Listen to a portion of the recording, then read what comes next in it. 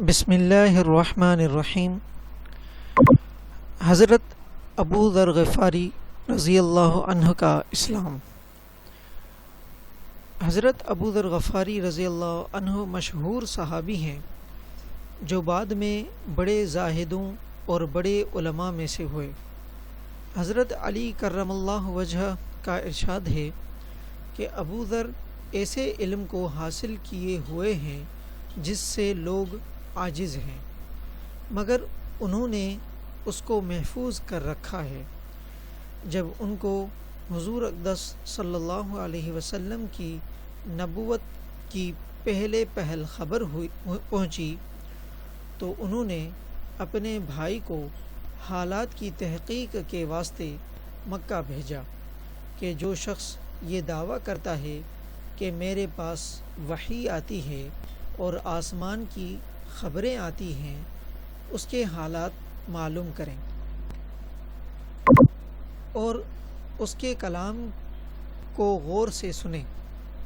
وہ مکہ مکرمہ آئے اور حالات معلوم کرنے کے بعد اپنے بھائی سے جا کر کہا کہ میں نے ان کو اچھی عادتوں اور عمدہ اخلاق کا حکم کرتے دیکھا اور ایک ایسا کلام سنا جو نہ شاعر ہے نہ کاہنوں کا کلام ہے۔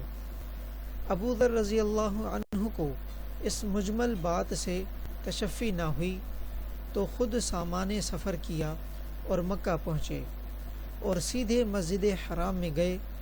حضور صلی اللہ علیہ وسلم کو پہچانتے نہیں تھے اور کسی سے پوچھنا مصلحت کے خلاف سمجھا۔ شام تک اسی حال میں رہے۔ شام کو حضرت علی کرم اللہ وجہ نے دیکھا کہ ایک پردیسی مسافر ہے۔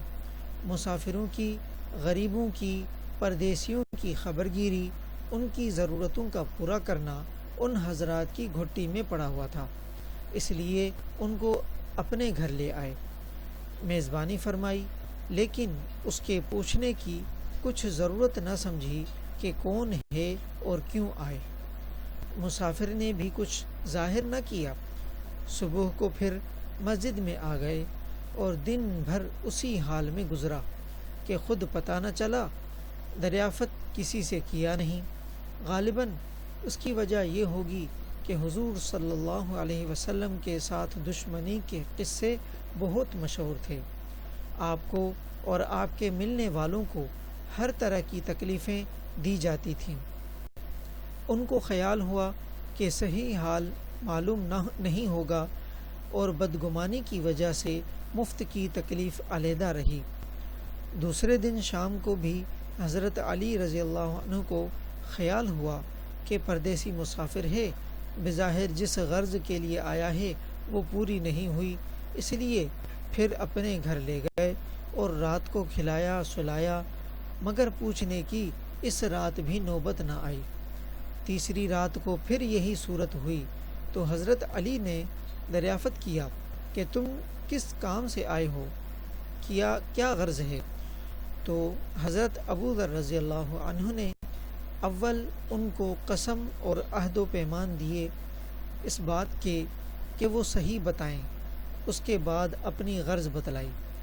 حضرت علی کرم اللہ وجہ نے فرمایا کہ وہ بے شک اللہ کے رسول ہیں اور صبح کو جب میں جاؤں تو تم میرے ساتھ چلنا، میں وہاں تک پہنچا دوں گا، لیکن مخالفت کا زور ہے، اس لیے راستے میں اگر مجھے کوئی شخص ایسا ملا جس سے میرے ساتھ چلنے کی وجہ سے تم پر کوئی اندیشہ ہو تو میں پیشاب کرنے لگوں گا یا اپنا جوتا درست کرنے لگوں گا، تم سیدھے چلے چلنا، میرے ساتھ ٹھہرنا نہیں، جس کی وجہ سے تمہارا میرے ساتھ ہونا معلوم نہ ہو۔ چنانچہ صبح کو حضرت علی کرم اللہ وجہ کے پیچھے پیچھے حضور صلی اللہ علیہ وسلم کی خدمت میں پہنچے۔ وہاں جا کر بات چیت ہوئی، اسی وقت مسلمان ہو گئے۔ حضور اقدس صلی اللہ علیہ وسلم نے ان کی تکلیف کے خیال سے فرمایا کہ اپنے اسلام کو ابھی ظاہر نہ کرنا، چپکے سے اپنی قوم میں چلے جاؤ، جب ہمارا غلبہ ہو جائے اس وقت چلے آنا۔ انہوں نے عرض کیا، یا رسول اللہ، اس ذات کی قسم جس کے قبضے میں میری جان ہے کہ اس کلمہ توحید کو ان بے ایمانوں کے بیچ میں چلا کے پڑھوں گا۔ چنانچہ اسی وقت مسجد حرام میں تشریف لے گئے اور بلند آواز سے اشہد ان لا الہ الا اللہ و اشہد ان محمد رسول اللہ پڑھا۔ پھر کیا تھا، چاروں طرف سے لوگ اٹھے اور اس قدر مارا کہ زخمی کر دیا، مرنے کے قریب ہو گئے۔ حضور صلی اللہ علیہ وسلم کے چچا حضرت عباس رضی اللہ عنہ جو اس وقت تک مسلمان بھی نہیں ہوئے تھے، ان کے اوپر بچانے کے لیے لیٹ گئے اور لوگوں سے کہا کہ کیا ظلم کرتے ہو، یہ شخص قبیلہ غفار کا ہے اور یہ قبیلہ ملک شام کے راستے میں پڑتا ہے، تمہاری تجارت وغیرہ سب ملک شام کے ساتھ ہے، اگر یہ مر گیا تو شام کا آنا جانا بند ہو جائے گا۔ اس پر ان لوگوں کو بھی خیال ہوا کہ ملک شام کے سے ساری ضرورتیں پوری ہوتی ہیں، وہاں کا راستہ بند ہو جانا مصیبت ہے، اس لیے ان کو چھوڑ دیا۔ دوسرے دن پھر اسی طرح انہوں نے جا کر بآواز بلند کلمہ پڑھا اور لوگ اس کلمے کے سننے کی تاب نہ لا سکتے تھے، اس لیے ان پر ٹوٹ پڑے۔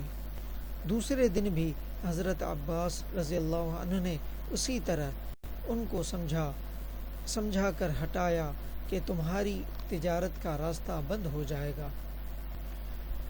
یہ قصہ صحیح بخاری میں کتاب المناقب الانصار باب اسلام ابی ذر حدیث نمبر 3648 میں بھی منقول ہے۔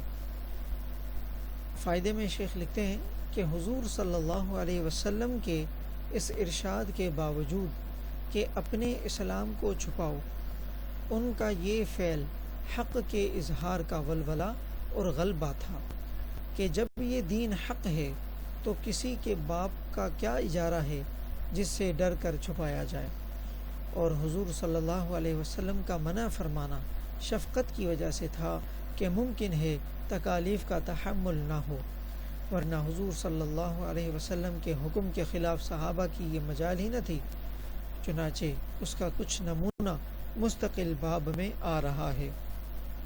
چونکہ حضور اقدس صلی اللہ علیہ وسلم خود ہی دین کے پھیلانے میں ہر قسم کی تکلیفیں برداشت فرما رہے تھے، اس لیے حضرت ابو ذر رضی اللہ عنہ نے سہولت پر عمل کے بجائے حضور صلی اللہ علیہ وسلم کے اتباع کو ترجیح دی۔